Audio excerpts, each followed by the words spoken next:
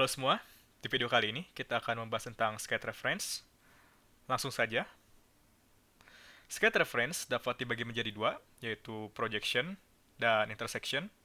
Projection berfungsi untuk memproyeksikan suatu geometri pada suatu plane ataupun sketch sebagai referensi. Contohnya seperti ini. Untuk projection sendiri ada 4 tipe peak yang bisa kita pilih, yaitu single, chain, loops, dan point. Di mana chain ada dua jenisnya, yaitu chain peak memungkinkan kita untuk memilih suatu garis, dan segmen tangent yang terhubung pada garis tersebut akan langsung otomatis terpilih juga.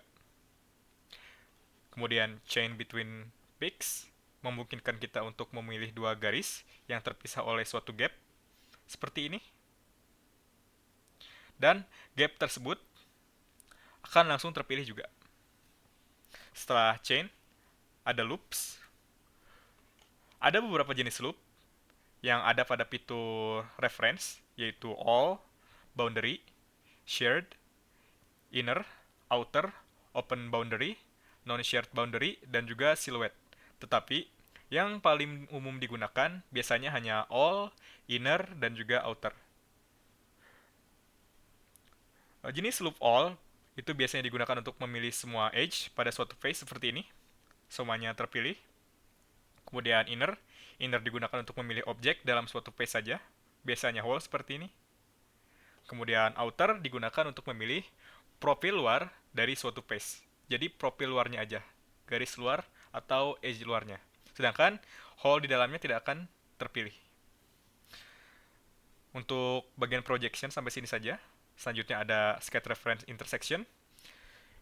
Fitur sketch reference intersection ini memungkinkan kita untuk memilih satu atau beberapa objek eksternal yang titik intersectionnya akan digunakan untuk reference pada fitur surface modeling seperti loft, curve mesh, dan fitur freeform lainnya, di mana tipe peak-nya ada dua, yaitu single dan chain, similar dengan yang ada pada projection sebelumnya. Untuk konsepnya ya, maksudnya. Di sini ada contoh kasusnya. Kita bisa memilih dua objek eksternal dari dua sketch yang terpisah. Kemudian kita bisa menggambar suatu garis koresponden berdasarkan dua titik reference tersebut. Dan kita bisa mengaplikasikan fitur surface modeling pada sketch reference yang kita buat. Setelah penjelasan singkat tadi, kita beralih dulu ke ZW 3D. Kita coba saja secara langsung fiturnya. Di sini kita sudah ada dua file sketch. Yang pertama, contoh sketch untuk reference tipe projection. Dan yang kedua, di sini ada file untuk contoh terkait sketch reference tipe intersection. Kita bahas ulang yang pertama dulu. Kita aktifkan fitur reference-nya. Seperti yang sudah saya sebutkan sebelumnya, di sini ada 4 tipe metode peak yang bisa kita pilih, di mana single berfungsi untuk memproyeksikan suatu line atau curve satu persatu secara manual, seperti ini.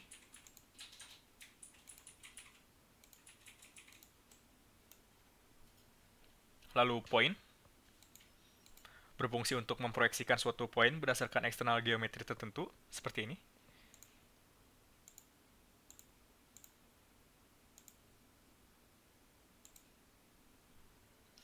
Kemudian kita undo dulu, lalu kita akan membahas tentang chain.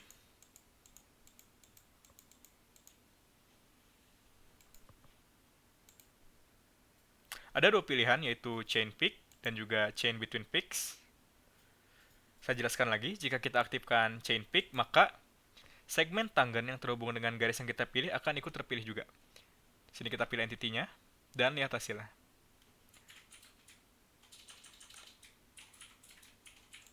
Nah, hasilnya akan menjadi seperti ini.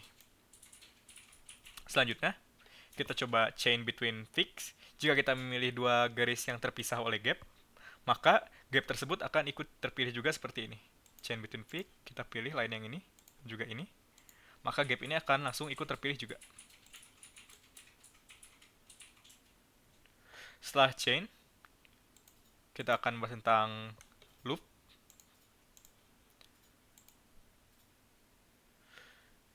Saya ulangi lagi. Yang paling umum digunakan pada loops ini hanyalah all, inner, dan juga outer. Jika kita aktifkan all, maka semua edge pada face akan diproyeksikan pada sketch. Tapi, jika kita mengaktifkan inner, maka hanya objek yang ada di dalam face ini yang akan terdeteksi oleh reference. Biasanya fitur ini digunakan untuk mendeteksi hole pada suatu face.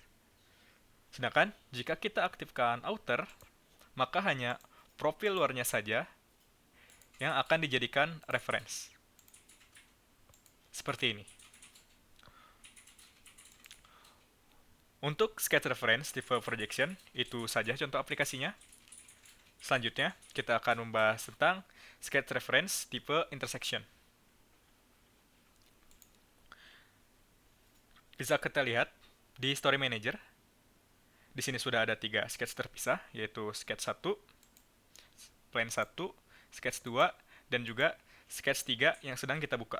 Di mana akan saya jelaskan kembali, fitur sketch reference tipe intersection ini memungkinkan kita untuk memilih satu atau beberapa objek eksternal yang titik intersectionnya akan digunakan sebagai referensi dalam penggunaan fitur seperti surface modeling, yaitu curve mesh, yang akan kita coba selanjutnya. Agar lebih jelas, di sini saya ulangi saja untuk pembuatan sketchnya. Pertama kita buat new file dulu. Lalu kita buat sketch di XZ axis. Seperti ini. Kemudian kita buat circle, diameternya bebas.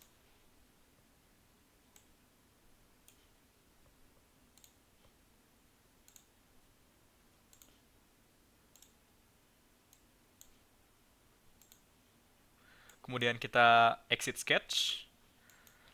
Lalu kita buat circle kedua untuk diatur di posisi atas circle yang pertama. Kita aktifkan dulu datum plane-nya. Pilih XY axis. Atau pilih ini saja, XZ axis, seperti ini. Lalu kita offsetkan datum tersebut di atas circle-nya. Kemudian kita buat sketch baru pada datum tersebut, dan buat circle yang lebih kecil.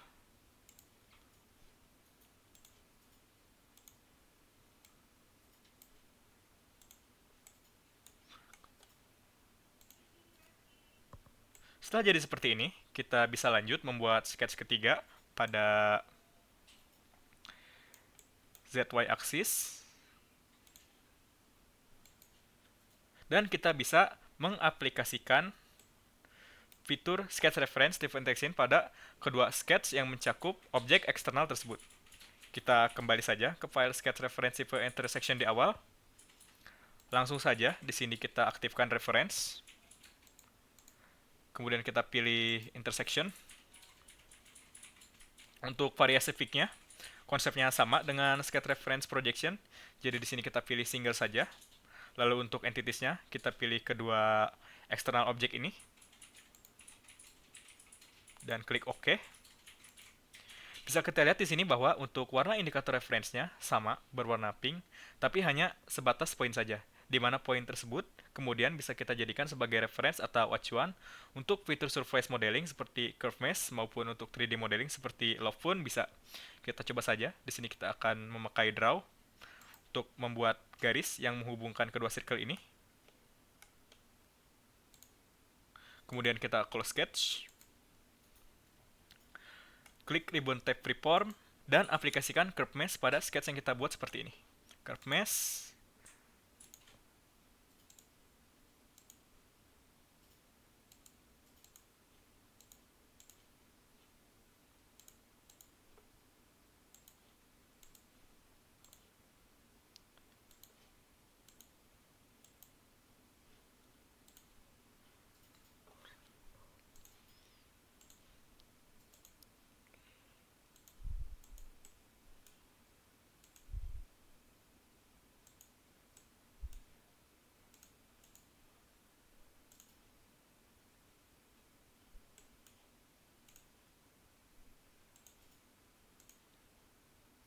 Maka hasilnya akan seperti ini. Selain curve mesh, kita juga bisa mencoba love. Kita undo saja dulu. Lalu kembali ke shape. lobe-nya kita aktifkan, kemudian aplikasikan lobe tersebut pada sketch yang kita buat. Sini kita pilih profilnya pada circle tentu saja.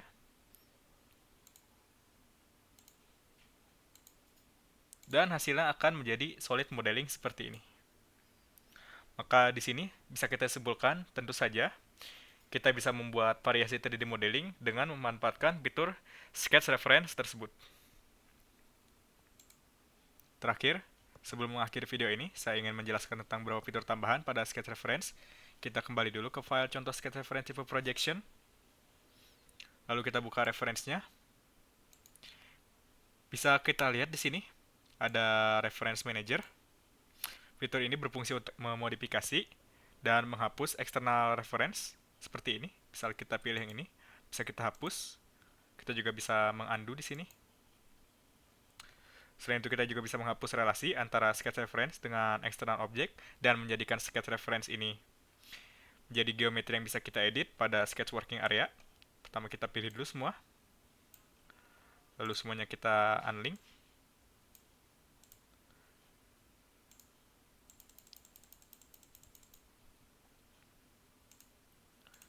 Untuk sekarang kondisinya sudah well defined, maka sebelum kita bisa mengubah geometri ini, kita harus menghapus constraint-nya dulu semuanya. Pada ini, show constraint, lalu kita delete semua. Nah, setelah ini baru nanti geometrinya sudah bisa kita edit sesuai dengan kebutuhan kita.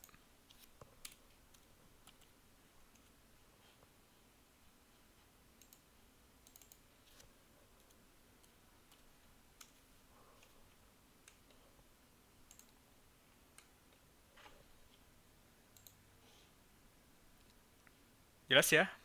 Mungkin itu saja untuk video kali ini. Jika kalian memiliki pertanyaan terkait topik yang kita bahas, kalian bisa langsung menanyakannya melalui email yang saya cantumkan pada deskripsi video ini.